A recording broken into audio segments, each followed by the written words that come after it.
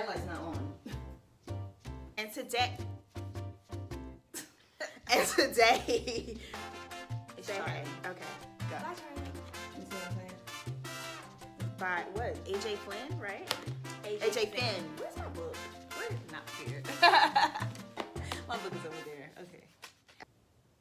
Is that from the Sun? Hey, guys! Welcome to Plots with a Twist, where we discuss books? amongst other things. And today we're going to be getting into The Woman in the Window by AJ Finn.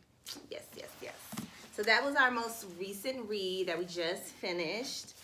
And yeah, we just wanted to come and give you guys a book review on it, how we felt, what we didn't like, what we did like, and all that good stuff. So let's get into it.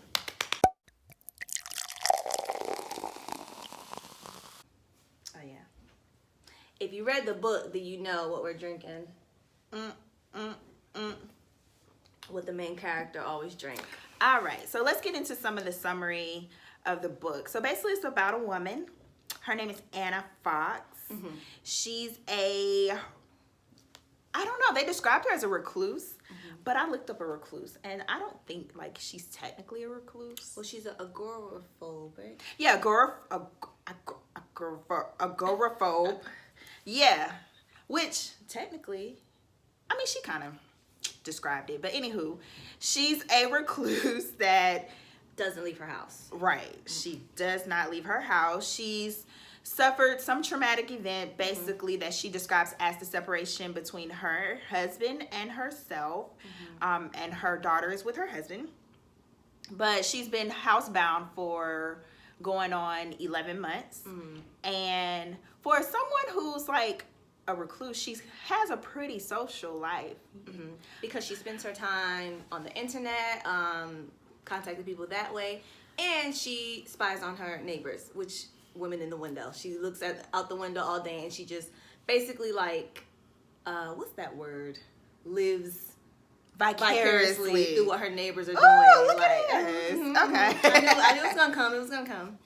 So yeah, she just she spends her time spying on her neighbors, and You got notes? yeah, I have notes. See, I see me looking at my notes because I'm prepared.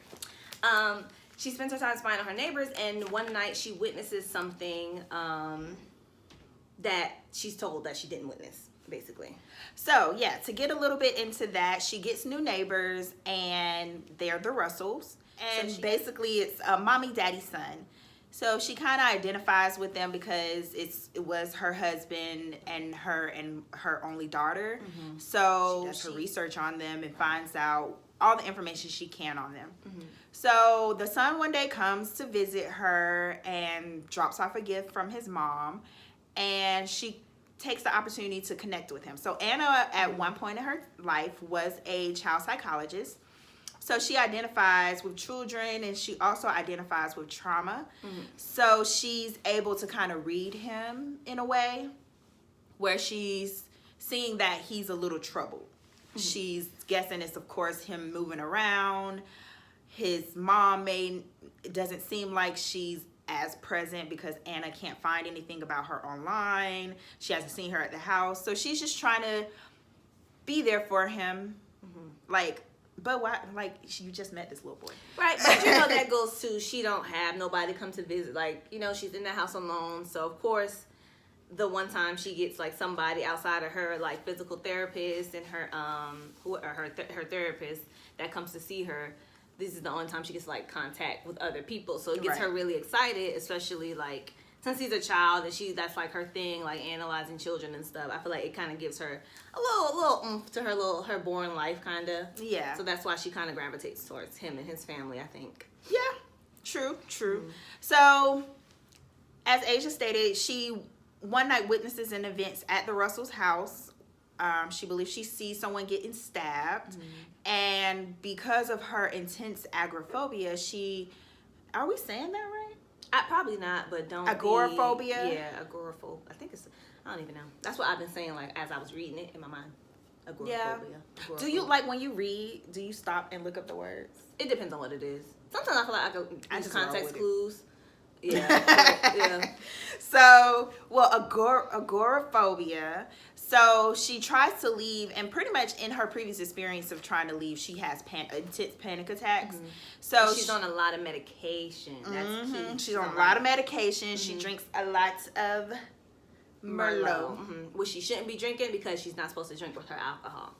With her medicine. But yeah, she does end up calling the cops, and she tries to get to the house, but she passes out because of her panic attacks.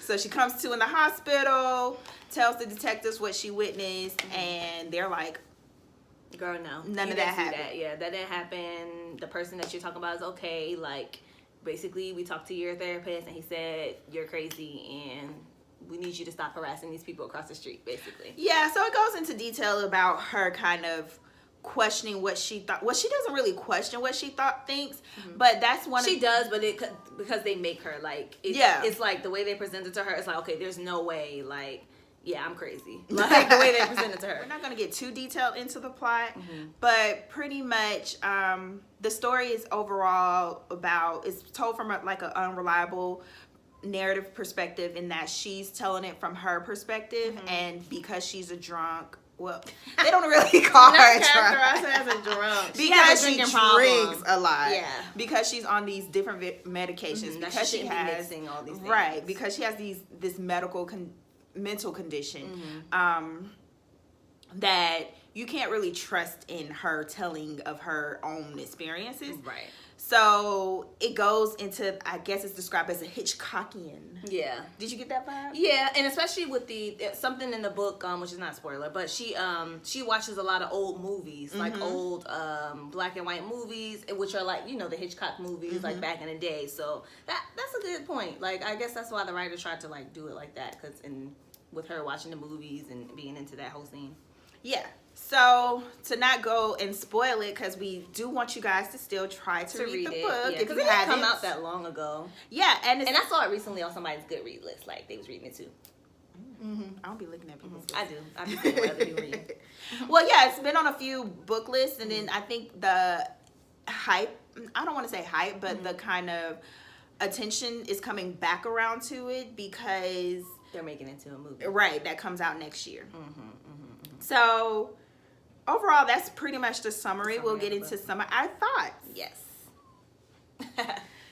So, what did you like most about the book? About the story, about the plot, the writing style, whatever, the characters? So, I like that it was a quick read. Very quick read. I love a quick read. I like that I like books that you can kind of go into detail of what happened to the person and why, and what makes them the way they are. So I like that about. If y'all hear my dog in the background, I'm sorry. He does this thing where he's just like breathing into his pillow, and it sounds like he's whining, but he's not drinking your wine. I am drinking my wine. Speaking of wine. Ooh, light. So I like let's lean into like the unreliable narrator aspect. I really like that about it because, not even like that about it because so many stories are told that way, but just how he did it. The author, he wrote it like she put down her cup of wine, and then it's like the next sentence, 3 glasses later. So it's kind of like she doesn't know how much she's been drinking. Yeah. She's looking at a pile of pills like, I took 1. No, I think I took 2. And it's so kind of confuses you too because she's confused, but it's told from her point of view. I'm drunk already, y'all. I'm sorry. So yeah, I like that it was kind of like, as a reader, you were kind of confused. Yeah. Like, one line cracked me up. Let me find it. Pause. So this sentence literally took me out. She was just talking about her delivery, talking about outside, and it's just like, a peach was mixed in my Granny Smith apples. I wonder how that happened. Like, girl, yeah, what? like what? Yeah, so as a reader, you're like, okay. What's going on? Charlie, if you're gonna be you gotta sit down. Sit. Ew. Sit down. He doesn't listen. So I like that. I like how the author kind of created that unreliability around the character, around the narrator. Because you were always questioning as you were reading too. Right. Like, is she really seeing this? Because I know as I was reading, I was like, okay, it got to a point where I was like, did she really see what she saw? I think I believed, like, okay, yeah, she crazy. But then you knew it was going to be something because it's a book and they always have like the twists and stuff. So, right. Yeah. So I did like that. I also liked the overall story. I think it was just a good read. I feel like, of course, there's some things, if you want to nitpick, that could have been done better or differently. But for the sake of the story, like, there's other stories I've read that are similar that are 10 times worse than this book. Yes. And then there's other stories that I've read that, excuse me, that are a little bit better. So, yeah, I think it just hits the mark that is good and worth reading. But it is worth reading, and it's a quick read, like, especially if you're a fan. I feel like I took forever to read it, and it shouldn't have took me that long just because I was busy. But it's a really fast read. The chapters are really short, so it makes you feel like you're getting through really quickly because you're going from chapter to chapter really fast. Turn the page. Yeah. Turn the page. Read, and turn the page. Yep. I can't. So, but yeah, I just didn't like, the only thing I did not like, or you want to talk about what you thought? The goods? Pretty much the same thing. Like, I really like the writing style, how he wrote it, like where he confused us, because we were in her confused state of mind. So I like that. I like that it was a quick read. Like I said, the chapters moved really fast. Let's see, I wrote some stuff down. Oh, I liked that I thought AJ Finn was a woman, but apparently I had it's to a man. Google it. Yeah, apparently it's a man. But I like that he, how he, I wouldn't even say character development, but just how he wrote the characters, because and maybe it speaks to the narrator and her state of mind, but it really, like, the father, for instance, like, it really made you believe he was one way and then turned out it was something else, or the son, like, the way he was written, I was believing everything until, like, you know, it showed that it wasn't that. I don't know if that makes sense to y'all, but I really like how he wrote the characters. Along. Yeah, like, because it was convincing to me what was happening. It was convincing to me, and sometimes I feel like most of the time I can kind of suss out, like, oh, this person ain't, no, this person gonna end up being whatever. Right. With this book, I can. With this book, I feel like I was like, but like you said, it just goes to show, like, from her point of view, like, it just made everything very, like, it could have went either way because the main character was so unstable. So I really like that about the book.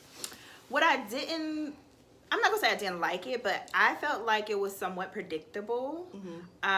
Same. I feel like it was a little predictable. I feel like you're lying because no, it was a little predictable. Not in the sense. Go ahead. Because when we were reading, we both started around the same time, and I was like, I think this, and it's just like, no, no, and I was like, okay, girl, do you? So, but like I said, it was convincing me, y'all. I thought it was one thing, and it turned out to be another. I feel like the ending was a little predictable. Yeah, you don't think so? I mean, I guess the whole thing. Well, yeah.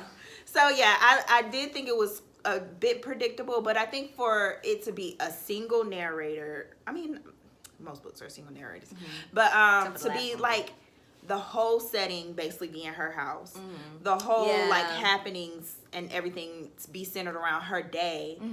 I think in parts, yes, it can be a bit like drawn out, but I think for that to be the case, it was pretty good, because I've like read stuff where it's like, okay, are they gonna leave the house? Yeah. Are they gonna do this? Yeah, but you didn't feel like that with this one. It was completely okay that she was in her. First of all, she had like a 5-story house, 4-story house. Girl, I would have lived in it. I would have stayed home too, all the time. And apparently, oh yeah, she had a tenant too. Oh, I forgot about him, David. You know what? I will say that's what I didn't like. I feel like his like part, even though he kind of played. I could see why he was in there, but they really could have left him out because they really didn't like pull him back in towards the end. You know what I'm saying? I think his presence was more so to kind of put more doubt in throw you off a bit. Yeah, and I could see that, but I could have did without. Because it's kind of like, what's his deal? And it's not like he had lived with her that long. So it's kind of like, you know, if she wanted to throw his name in the pot as someone who is contributing to what she saw, it would make somewhat sense. Yeah. But yeah, I mean, he wasn't necessary, but I mean, not for real. He was there. So it's interesting to see how they'll kind of build that out in the movie. Yes. We may revisit once the movie comes out. Yes. What did you rate the book? I rated it like a 3.5. Okay, I gave it 3 stars. Why? And I feel like, because Goodreads don't let you do half. Goodreads lets you do half stars? Oh, I just gave I'm it talking 3 about stars. like us talking about it. Oh yeah. Well, 3 stars because if I'm just going off of the 1, 2, 3, 4, 5 star rating, I gave it 3 stars because I felt like it was good. It was a quick read. I enjoyed the story, but it wasn't something that I'm gonna push in somebody's face like you must read this. You know, like it was good. I say a 3.5 because it was a good story. It was entertaining, somewhat predictable, but not like that wasn't a problem because it was still told in an interesting way. It did start off kind of rocky because you're like, what's going on? But once you actually got into the story, it was told very well. Yeah, so I wouldn't necessarily give it a 3 because I've given stuff that was worse to 3. Yeah. But I've given stuff that was better a 4. So that's why I'm going to stick it right in the middle and lean more towards like 3.5. Okay. So overall, we enjoyed the book, Women in the Window. So if you guys haven't read it, I would say if you like thrillers and like that type of stuff, reading, and plus the movie about to come out, so you know you're going to want to read the book before the movie. You see the movie. But overall, we enjoyed it. It was a good read. So, yeah, if you haven't checked it out, check it out if you're into that type of thing. Yes. And if you have any suggestions on what we should talk about next or read next, yeah, just let us know. We will get back to you next time. She's so funny. But thanks for watching, guys. See you next time. Bye. A nuanced. I've always wanted to use that word in conversation. This conversation is very nuanced. Very nuanced. You a watch nuance. Grapevine TV? I heard of it. I'm going to put you on. They always say nuanced. A nuance. So if you could get someone who could give a very nuanced performance, I think the movie could be really good.